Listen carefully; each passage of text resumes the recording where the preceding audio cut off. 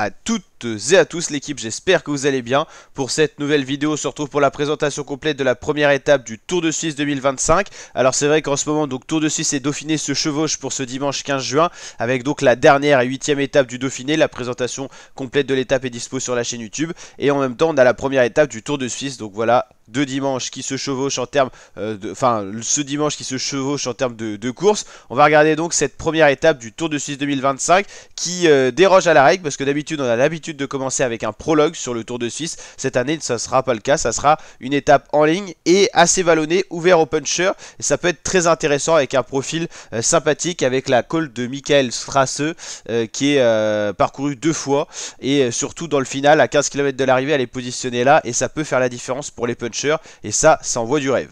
Justement, ce dimanche 15 juin, c'est donc la première étape du Tour de Suisse 2025 qui propose une boucle exigence de 130 km autour de la ville de Kousnar. Ville de départ et d'arrivée, on aura des boucles qui seront faites autour de cette ville. C'est vrai que c'est une édition spéciale, elle ne s'ouvrira pas par un prologue qui est quand même la spécialité suisse en matière de course à étapes notamment. Mais c'est une course, une étape en ligne dynamique et vallonnée qui va donner une course agitée, et ça c'est déjà intéressant. Le classement général pourrait déjà bouger en termes de favoris dès cette première étape. Cette première étape c'est coup double, celui-là qui gagne l'étape et maillot jaune également. C'est quand même 1939 mètres de dénivelé, ce qui est pas mal. Une journée pouvant être piégeuse pour les coureurs engagés. Le peloton devra surtout affronter la montée vers la chapelle de Michael Struss qui est arpentée deux fois, mais c'est surtout la dernière montée qui peut être piégeuse parce qu'elle est vraiment placée très proche de l'arrivée. C'est à suivre sur la chaîne L'équipe et également Eurosport. Les favoris de cette première étape, on a Jan Christen pour la formation UAE à 3 étoiles, Nelson Powles qui est un très bon puncher, ou encore Romain Grégoire côté chance française. On a également Joao Almeida qui est le gros leader de ce Tour de Suisse. Pour moi, il n'a pas forcément le punch pour faire la différence dans la dernière montée. Julien Alaphilippe, s'il est en forme, il peut vraiment marcher. Paul Lapera ou encore Alexander Vlasov. Vlasov qui a vraiment pas été bon en début de saison, donc je ne le mettrai pas parmi les favoris. Matej Moric qui a ce coach des punchers mais également bon descendeur pour ensuite basculer.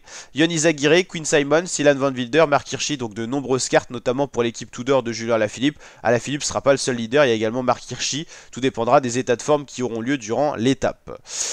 On l'a dit, donc à suivre sur l'équipe live à partir de 13h20, Eurosport à partir de 14h50, donc il y a pas mal de possibilités de suivre ce Tour de Suisse, donc avec cette première étape qui va être plutôt sympathique, qui va nous mettre une première mise en abîme de ce qui pourrait être la course pendant ce Tour de Suisse 2025 de 8 étapes, donc du dimanche 15 juin au dimanche 22 juin, intégral Tour de Suisse à suivre sur la chaîne YouTube, donc n'hésitez pas à vous abonner, activer la cloche, liker et partager, et on se retrouve chaque jour pour les présentations et résumés d'étapes comme on l'a fait durant le Critérium du Dauphiné 2025. Tour de Suisse 2025, c'est parti, notamment sur la chaîne YouTube Intégral Tour de Suisse. Ciao les fratés, portez-vous bien.